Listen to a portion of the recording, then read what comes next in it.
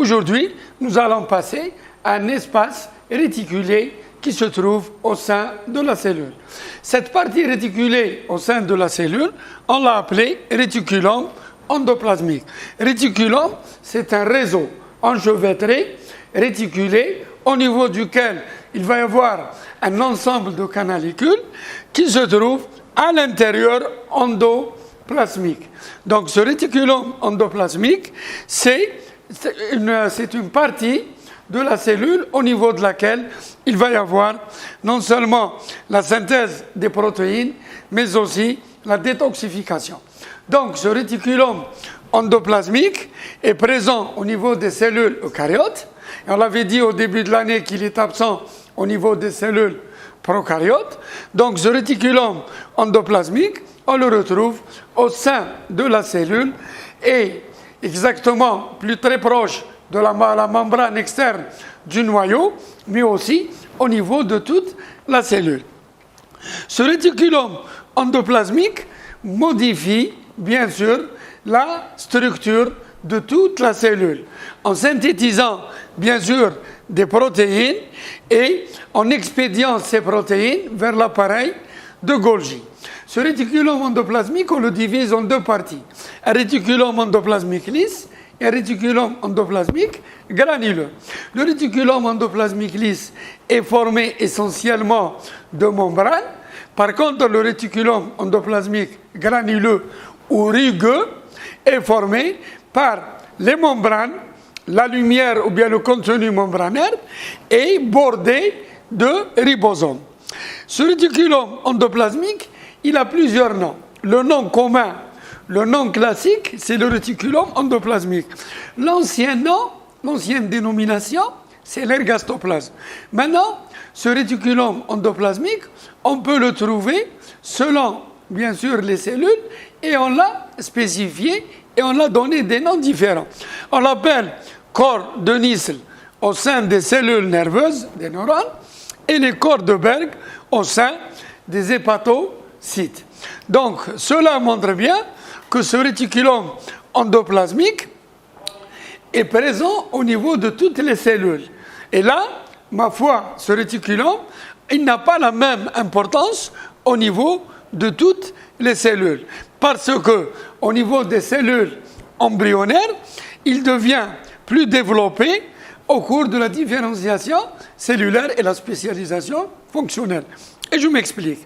Là, je dirais que ce réticulum endoplasmique, spécialement le réticulum endoplasmique lisse, il est réduit chez le nouveau-né. Ça veut dire que chez le nouveau-né, nous n'avons pas de réticulum endoplasmique lisse dominant. Et c'est pour cette raison que la détoxification au sein des nouveau-nés, bien sûr, est réduite. Et ils sont vulnérables à toutes les intoxications. Bon, ensuite, on a dit au niveau dans les cellules embryonnaires. Parce que dans les cellules embryonnaires, ce sont des cellules qui vont se différencier structurellement et elles vont se spécialiser fonctionnellement. Pardon. Donc, ces cellules ont besoin de protéines, ont besoin de lipides, ont besoin de glucides. Ça veut dire que le réticulum endoplasmique doit être présent. Pourquoi? Pour assurer ce rôle de spécialisation fonctionnelle et cette différenciation cellulaire. Toutes sortes de membranes auront besoin, bien sûr, de protéines, de glucides et de lipides, comme on l'a vu au début. Donc c'est pour cette raison que ce réticulum endoplasmique occupe toute la surface de la cellule quand celle-ci est active. Il est réduit. Il assure la maintenance de la cellule quand la cellule est au repos. Ensuite, il diffère d'une cellule à une autre. Il est très dominant au niveau des cellules sécrétrices. Pourquoi? Parce qu'il y a une activité intense de sécrétion. Et cette activité intense de sécrétion a besoin de protéines, a besoin de lipides, a besoin de glucides. Bon, là, on met en évidence la biogénèse du réticulum endoplasmique. La biogénèse du réticulum endoplasmique, c'est à partir du REG qu'il va y avoir expansion, il va y avoir dilatation, augmentation de la membrane du REG, et cette partie sera dénudée, ne contient pas de ribosome, elle va donner, bien sûr, le réticulum endoplasmique lisse. Il y a une expérience qui a été faite par Palade. Et Georges Palade, qu'est-ce qu'il a fait? Il a mis en évidence le rôle du réticulum endoplasmique. Comment? Il a utilisé des produits, des éléments radioactifs. On a eu l'occasion d'en parler de ça. On a dit l'hydrogène 3, l'oxygène 18, le carbone 14, le chlore 37, etc. Ce sont les éléments radioisotopiques, et vous avez étudié ça aussi en chimie. Là, ces éléments vont être, bien sûr, fluorescents. Donc, on va suivre le cheminement de ces éléments au sein, bien sûr, de la synthèse des protéines, dans le réticulum endoplasmique, dans l'appareil de Golgi, dans les vésicules de sécrétion et jusqu'à l'extérieur de la cellule. À partir de ce principe, qu'est-ce qu'il a fait? Il a pris, bien sûr, avec son équipe, il a travaillé sur des cellules pancréatiques exocrines, parce que l'année prochaine, Inch'Allah, en deuxième année, vous allez étudier le pancréas. Et le pancréas, il va y avoir un pancréas endocrine et un pancréas exocrine. Le pancréas endocrine, c'est bien sûr l'insuline, le glucagon, la somatostatine, etc. Et le pancréas exocrine, c'est le sucre pancréatique proprement dit. Donc, cela correspond à l'utilisation de la leucine tricier. Ça veut dire, la leucine, c'est un acide aminé qui est formé par une fonction acide et une fonction amine. Et dans la fonction acide et amine, il y a le proton H, H+. Et il y a l'hydrogène. Cet hydrogène, qu'est-ce qu'il fait? L'hydrogène, on a utilisé de l'hydrogène radioactif.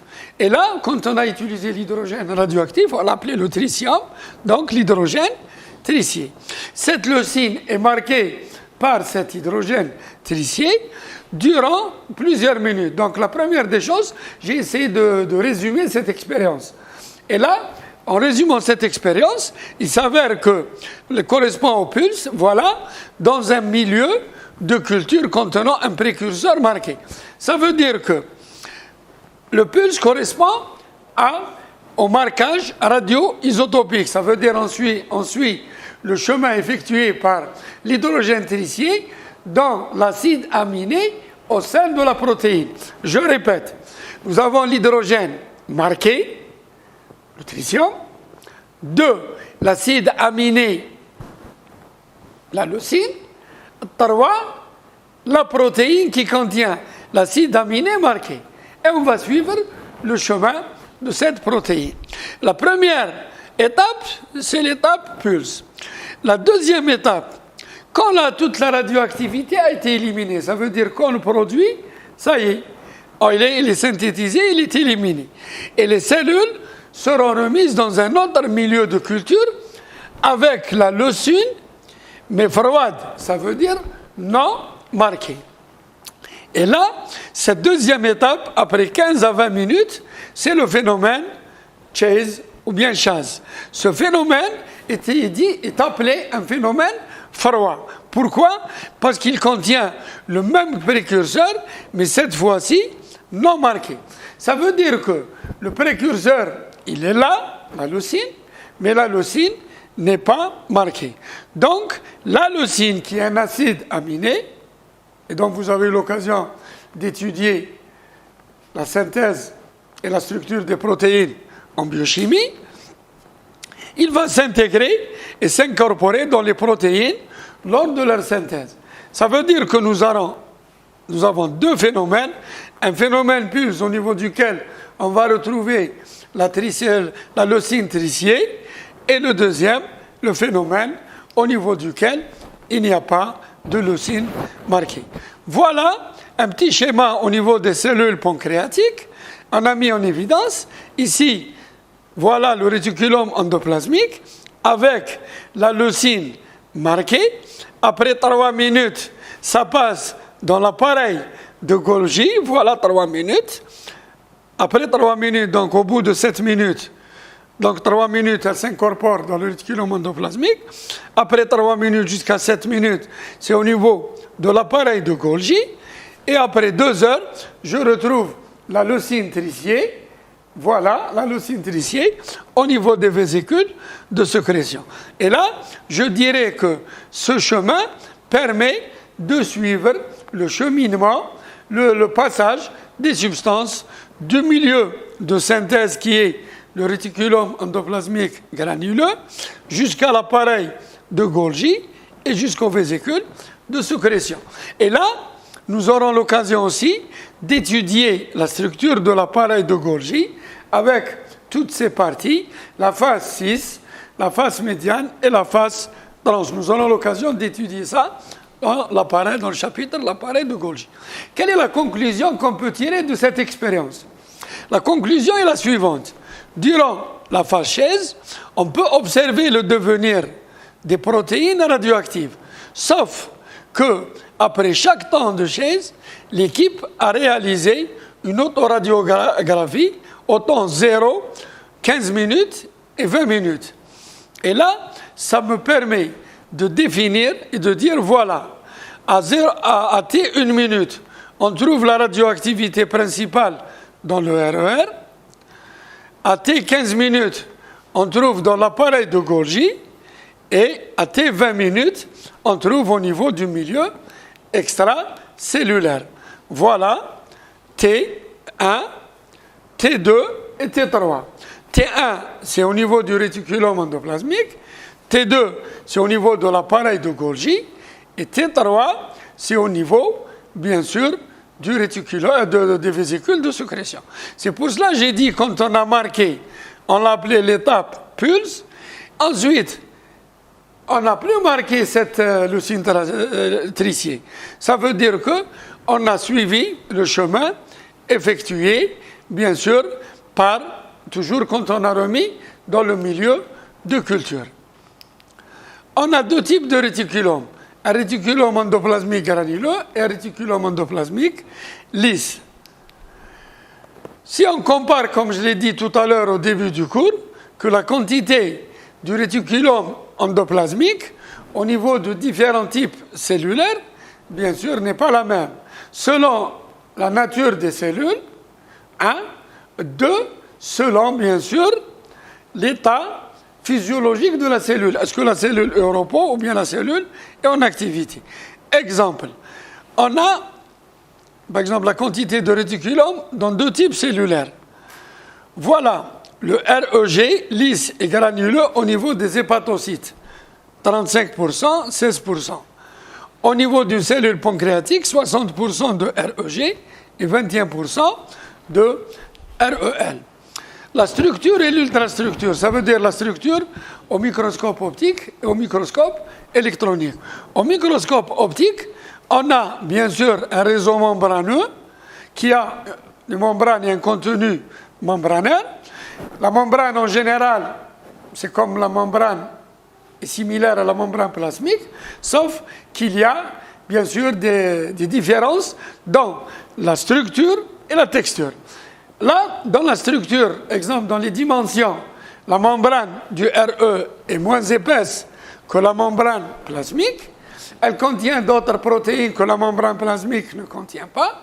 C'est pour cela qu'on a dit, quand on a étudié la membrane plasmique, on avait dit que la membrane plasmique c'est une référence, sauf que toutes les membranes ont leur spécificité en fonction de la différenciation cellulaire et la spécialisation fonctionnelle qu'il y a eu durant l'embryogenèse. Et vous allez étudier l'embryologie.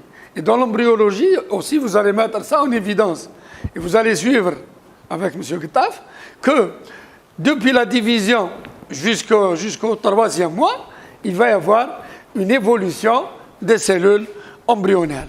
Donc, des parties de la membrane du RE sont en continuité avec la membrane externe du noyau, ça a été déjà dit. L'ultrastructure, on a sur coupe mince observé que les membranes apparaissent stratifiées, épaisse de 60 angstroms, et on avait dit que la membrane plasmique, c'est 75 angstroms, présentant une face luminale ou bien le contenu membranaire ou la face intraréticulaire, yani à l'intérieur du réticulum, et une face extérieure qui est bien sûr la face hyaloplasmique ou bien cytoplasmique. Le REG est composé par des cavités aplaties délimitées par, bien sûr, ou bien ornées et recouvertes par des ribosomes. En continuité avec l'enveloppe nucléaire, ça a été déjà dit, le RE, elle, est composé de tubules, uniquement de membranes, bien sûr enchevêtrées, c'est pour cela réticulées, c'est pour cela qu'on l'a appelé réticulum, et par des cavités périphériques circulaires. L'isolement des membranes du RE, voire technique d'analyse. On a déjà vu ces techniques d'analyse. On a déjà parlé de l'UCD et l'UGD.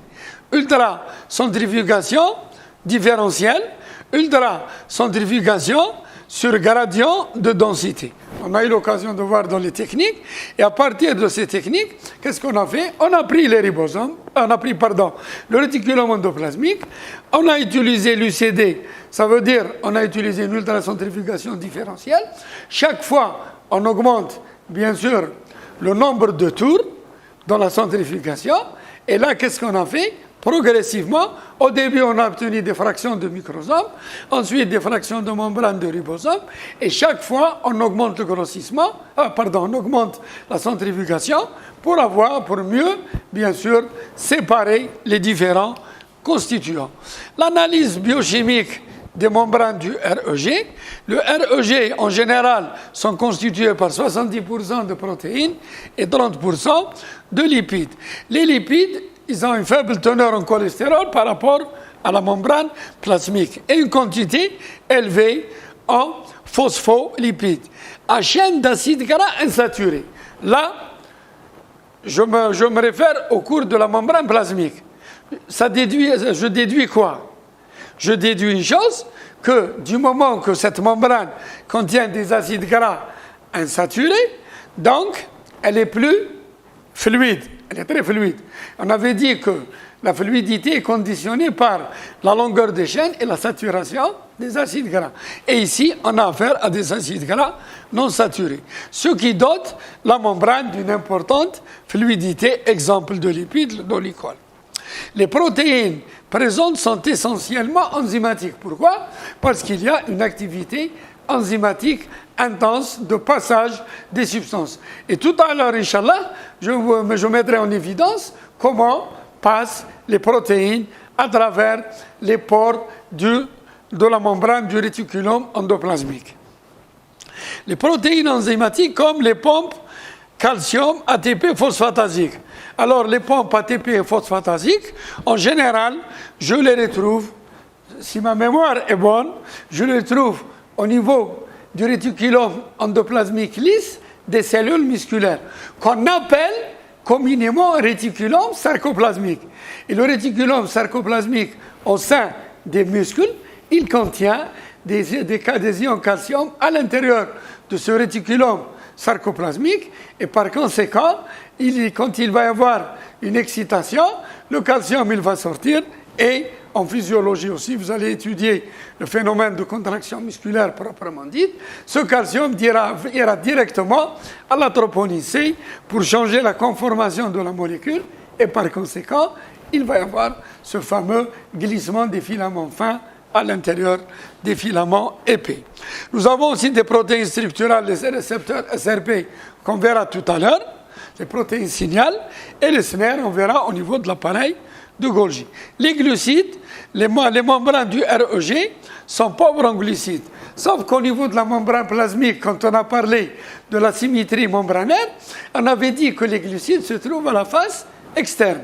Par contre, dans le réticulum endoplasmique, on le trouve du côté luminal ou bien sur le côté interne.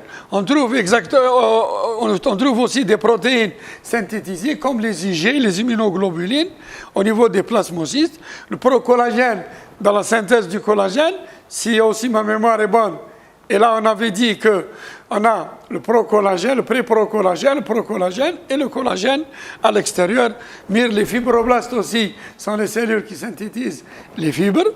Donc tout cela nous permet de dire que le réticulum endoplasmique granuleux, quand il est là, il est là pour les protéines. Le réticulum endoplasmique lisse, quand il est là, il est pour les lipides, les phospholipides, le cholestérol, etc. Voilà le schéma au niveau duquel je vais mettre en évidence les différentes étapes qui permettent à une protéine de traverser les canaux qui se trouvent au niveau du réticulum endoplasmique. Ma foi, au début, nous avons bien sûr un peptide signal. Ce peptide signal, il arrive ce qu'on appelle la séquence signal. Cette séquence signal, elle est là. La protéine est toujours en train d'être synthétisée. Ce peptide signal, il arrive, il est reconnu par une SRP, Signal Recognition Particle, particule de reconnaissance du signal. Cette particule, elle va s'associer à cette séquence signal, et quand elle va s'associer à cette séquence signal, toujours dans la phase extracellulaire, d'accord, c'est plutôt extra-réticulaire, donc côté cytosol, voilà, il va y avoir formation d'un complexe. Une fois que la SRP s'associe à cette séquence signal, la traduction est bloquée. Il n'y aura plus de nouveaux acides aminés qui seront associés à la protéine. Ensuite, après avoir formé ce complexe, cette dernière va directement, vous voyez comment il va y avoir une complémentarité entre le complexe SRP, séquence signal, et le ribosome en entier, avec un récepteur, un récepteur de la SRP qui se trouve au niveau des membranes du réticulum endoplasmique. Ensuite, formation d'un complexe, il va y avoir un complexe. Dès que le complexe est formé, et il va se déposer sur le translocateur. Donc, qu'est-ce qu'il va faire? Il va y avoir cette reconnaissance. Ce dernier va s'ouvrir pour laisser le passage, bien sûr, de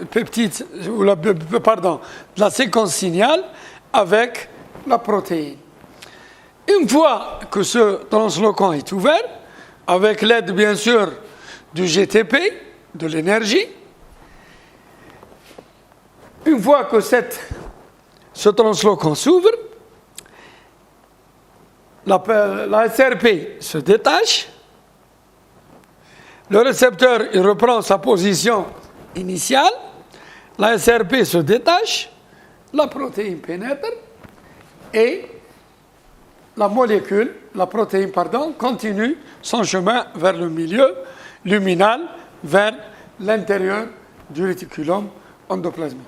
Je répète encore, je récapitule. Voilà, je récapitule. C'est, bien sûr, c'est un phénomène physiologique proprement dit qui est divisé en étapes. 1. Le ribosome commence la traduction de la protéine, démarre par la séquence signal du côté N-terminal.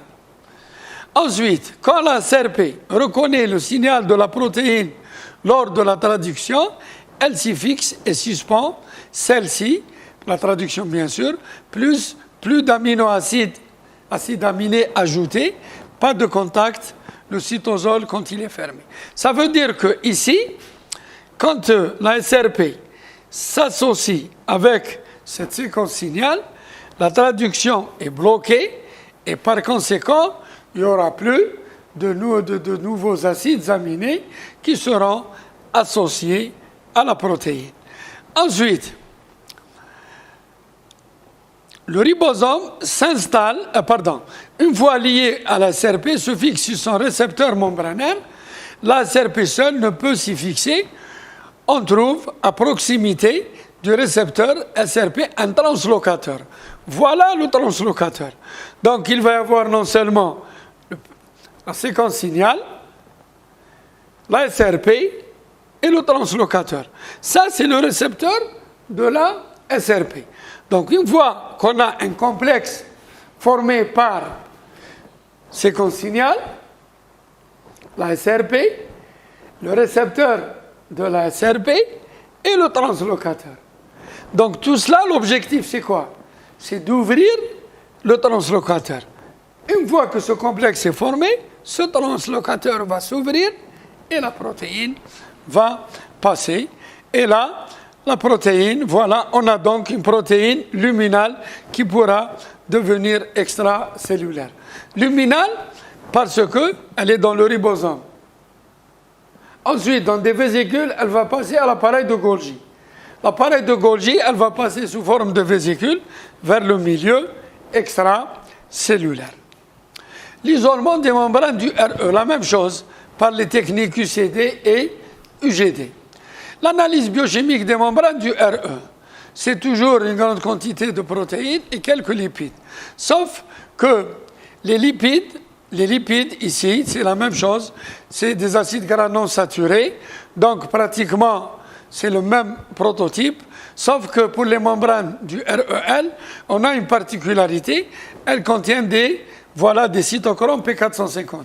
Les cytochromes P450, ce sont les cytochromes qui assurent la détoxification. Les glucides, toujours vers la face luminale, et dans la lumière du REL, il y a des citernes, il y a des ions calcium, comme au niveau du réticulum sarcoplasmique. Les membranes du RE ont des caractéristiques différentes de celles de la membrane plasmique. Elles sont moins épaisses. On avait dit à 5 à 6 nanomètres ou bien 50 à 60 angstroms. La membrane plasmique, c'est 75 angstroms. Elles sont plus fluides. Pourquoi? Parce qu'il y a beaucoup d'acides gras non saturés. Les glucides et les glycolipides se trouvent du côté luminal et non pas du côté extracellulaire comme au niveau de la membrane plasmique. Donc, je récapitule, j'ai mis ça en rouge. Elles sont essentiellement des enzymes parce qu'il y a une activité enzymatique intense intervenant dans la synthèse des protéines, ça va de soi, en présence des ribosomes, dans le métabolisme des lipides et dans la détoxification par le biais des cytochromes P450. Les fonctions, on a déjà parlé des fonctions et je répète encore. Le RE assure de multiples fonctions. La biosynthèse par le biais du REG. Le stockage et concentration des molécules, c'est au niveau de tout le RE. Et la détoxification au niveau des hépatocytes, des cellules hépatiques, par le biais du cytochrome P450. Ils sont présents, le REL et le REG sont présents dans toutes les cellules. Mais la grande spécificité du REL au sein des cellules hépatiques, c'est qu'il y a du REL qui assure la détoxification. Il y a une petite expérience que j'ai bien sûr jugé utile de vous la donner. Prolifération du REL lisse après traitement d'hépatocytes par le phénobarbital. On rajoute du phénobarbital, on a constaté que la surface du REL augmente. Et l'augmentation de la surface du REL, pourquoi? Pour assurer la détoxification et l'élimination du phénobarbital. Je reviens à la question tout à l'heure et je vous pose la question, s'il vous plaît, suivez bien et ça sera pointu. Chez le nouveau-né, la quantité, la surface du REL au sein des cellules hépatiques est réduite. C'est après 6 mois que ça se développe. Ça n'a rien à voir avec le système immunitaire. Pour être plus clair. Donc, si, c'est comme en informatique, donc, si la surface de la cellule du nouveau-né contient peu de REL, si la quantité de REL est réduite, si le REL assure la détoxification. Donc, est-ce que le pédiatre doit donner beaucoup de médicaments au nouveau-né ou non? En fonction de si, donc, il va donner peu de médicaments. Pourquoi? Parce qu'il n'est pas doté d'un système de détoxification. Le réticulum endoplasmique granuleux, là, je dirais, grosso modo, c'est la synthèse des protéines proprement dite. Et la synthèse des protéines proprement dite, c'est au niveau des travaux dirigés. Donc, c'est la transcription et la traduction. Donc, c'est la transformation de l'ADN en ARN messager, avec les ADN polymérases, etc., la pièce d'Okazaki, les Tata Box, etc. Et là, la traduction aussi, je peux la diviser en 3 étapes. Initiation, élongation et terminaison. L'initiation, c'est la mise en place du premier acide aminé. L'élongation, c'est l'étape la plus longue, c'est le deuxième acide aminé, etc. Donc, c'est la formation de la chaîne peptidique. Et la terminaison, c'est le signal non-sens, le codon stop. On dira à la protéine, il n'y a plus de triplet à coder. Donc, automatiquement, nous allons dire que la protéine est terminée. Et la traduction aussi, je peux la diviser en 3 parties. 1. Ce qu'on a appelé la mise en place de l'aminoacide ARNT, formation de la liaison peptidique et translocation. Ça veut dire que toutes ces étapes s'enchaînent par une mise en place d'un ribosome fonctionnel dans la traduction. 2. La formation de la liaison peptidique. 3. Bien sûr, la translocation. Et ça continue jusqu'au codon stop. Donc là, les protéines qu'ils synthétisent sont injectées dans la lumière du RE par un pore appelé SEC61. Le SEC61, c'est, si vous voulez, c'est le pore du réticulum endoplasmique. Comme au niveau de la membrane plasmique, comme au niveau du noyau. Donc chaque structure cellulaire a ce qu'on appelle la section 61, c'est le pore du réticulum endoplasmique. La synthèse et translocation des protéines solubles. Alors là, les protéines solubles, début de la synthèse dans le cytosol, bien sûr, il y a signal d'adressage ORE. Signal d'adressage ORE. La différence entre les deux, ici, sans signal d'adressage, c'est au niveau du cytosol. Exemple, le cytosol, le noyau, la mitochondrie, le peroxysome, la membrane, plasmocyste, etc. Et ici, translocation dans la lumière du RE. Et la translocation dans la lumière du RE, c'est le phénomène qu'on a vu tout à l'heure, le passage des substances, du cytosol jusqu'à la lumière du RE. Pourquoi on a dit translocation? Parce que les substances passent par un translocateur. Donc là, je dirais qu'on passe sans signal d'adressage ou bien avec un signal d'adressage. Et ça me permet de définir et de dire, voilà, nous avons 2 étapes. Pourquoi? Parce que dans la cellule, pour votre information, j'essaie un peu d'être plus rapide. Au niveau du réticulum endoplasmique, on a des ribosomes. Et dans la cellule, on a 3 types de ribosomes. On a les ribosomes dissociés, qui sont inefficaces, ils ne synthétisent pas de protéines. On a les ribosomes libres, qui sont associés entre eux uniquement par un ARN messager. Et on a les ribosomes liés, je répète, les ribosomes liés au réticulum endoplasmique par une protéine appelée la ribophorine. Je répète, du point de vue structural, quand je vois les ribosomes, je dirais qu'il y a 3 types. Il y a les ribosomes dissociés, il y a les ribosomes libres qui sont associés entre eux uniquement par l'ARN messager, et il y a les ribosomes liés non seulement par l'ARN messager, mais par une protéine appelée la ribophorine. Et je rajoute encore ça, stabilisé par les ions Mg2+. Ça, du point de vue structural. Maintenant, du point de vue fonctionnel. Il y a 2 types de ribosomes. Il y a les ribosomes actifs, efficaces, et les ribosomes inactifs. Les ribosomes actifs, ce sont les ribosomes libres et liés, parce que les 2 synthétisent des protéines. Par contre, les ribosomes inactifs sont uniquement les ribosomes dissociés. Bon, la destination des protéines, et là aussi, ça me permet de dire, voilà, il y a des protéines qui sont destinées à la cellule, il y a des protéines qui sont destinées à l'extérieur de la cellule. Et là aussi, je récapitule. En général, Les protéines qui restent à l'intérieur de la cellule sont synthétisées par les ribosomes libres. Les protéines qui sont destinées à l'exportation à l'extérieur de la cellule sont synthétisées par les ribosomes du REG. Bon, le REL, on a déjà parlé du REL, le réticulum sarcoplasmique. Bon, le cholestérol, c'est bien sûr la synthèse par le REL qui passe directement au niveau des cellules. Voilà les cellules musculaires et cellules sarcoplasmiques.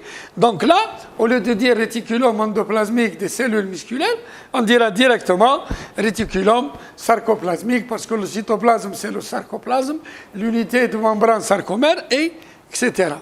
Dans le métabolisme du calcium, donc la régulation du calcium avec l'inositol triphosphate, on a eu l'occasion d'en parler dans la membrane plasmique au niveau des travaux dirigés, il joue un rôle dans le contrôle de la prolifération cellulaire, surtout dans la mort programmée et dans le métabolisme cellulaire. Ça veut dire quand il va y avoir un anabolisme et un catabolisme ou bien une mort programmée, bien sûr c'est l'IP3 qui intervient. Sécrétion d'acide chlorhydrique ionisé par les cellules bordantes de l'estomac. Là aussi, on aura l'occasion de voir ça, Inch'Allah, en deuxième année, au niveau, bien sûr, de l'épithélium gastrique. Et on va parler des cellules principales, les cellules bordantes, etc., au niveau de l'estomac, qui vont sécréter l'acide chlorhydrique qui intervient dans la digestion.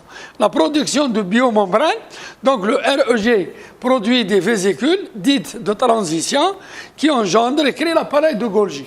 Là aussi, au niveau de l'appareil de Golgi, nous aurons l'occasion d'en parler. Nous avons le réticulum endoplasmique granuleux, un bourgeonnement de vésicules. Entre l'appareil de Golgi et le REG, nous aurons les vésicules de transition. Yani, حويصلات انتقالية. Transition entre quoi et quoi? Entre le réticulum endoplasmique et l'appareil de Golgi.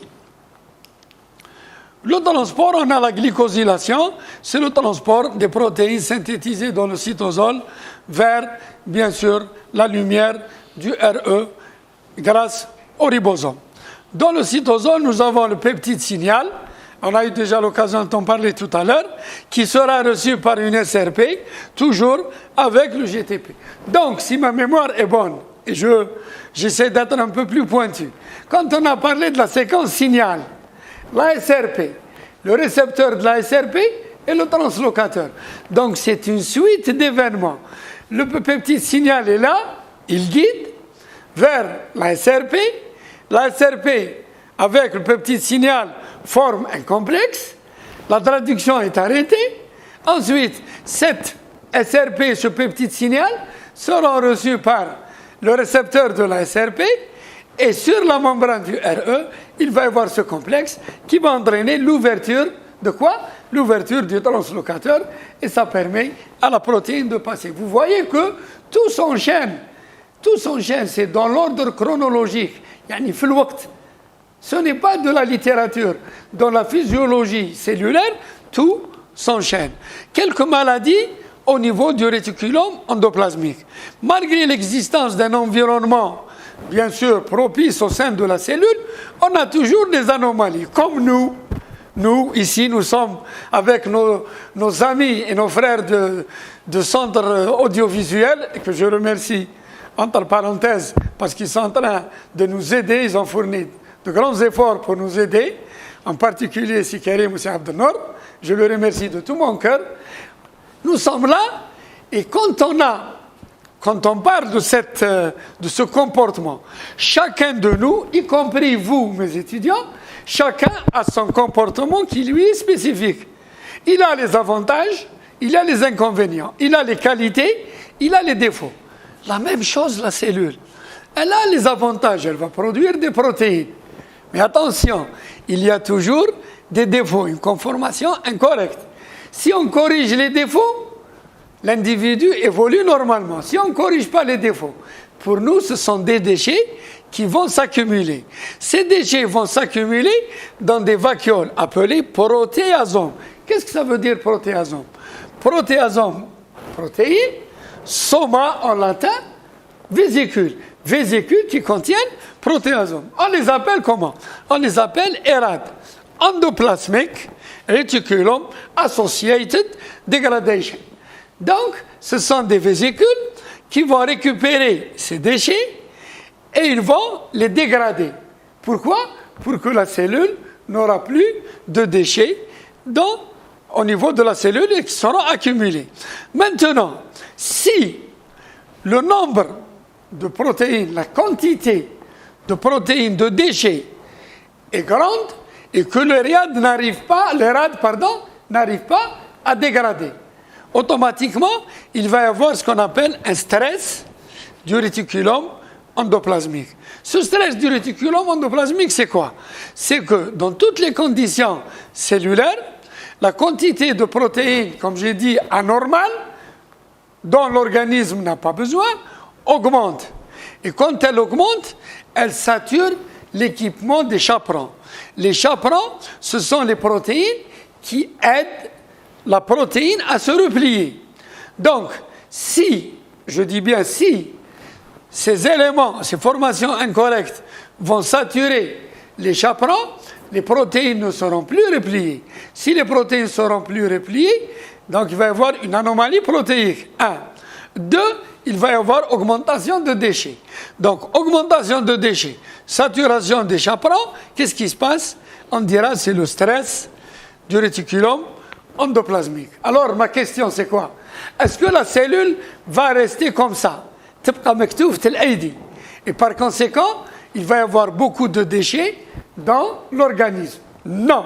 Rabbi subhanahu wa ta'ala, la nature, la cellule, a fait en sorte, elle a trouvé des solutions. La première des solutions, c'est quoi? Les cellules soumises à un stress sont capables de réagir. Elles se défendent. Comment elles se défendent?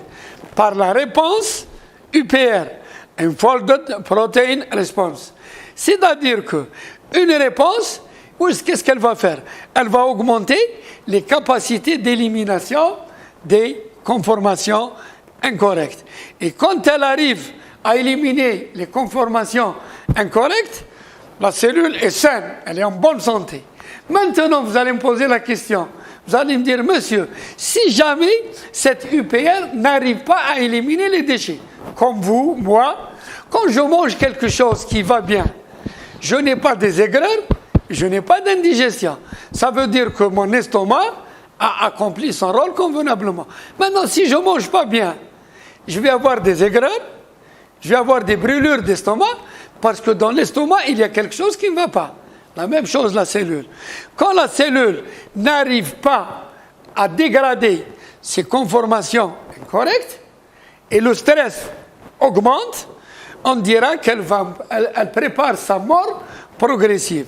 Donc, je vous lis cette dernière phrase, elle est très importante.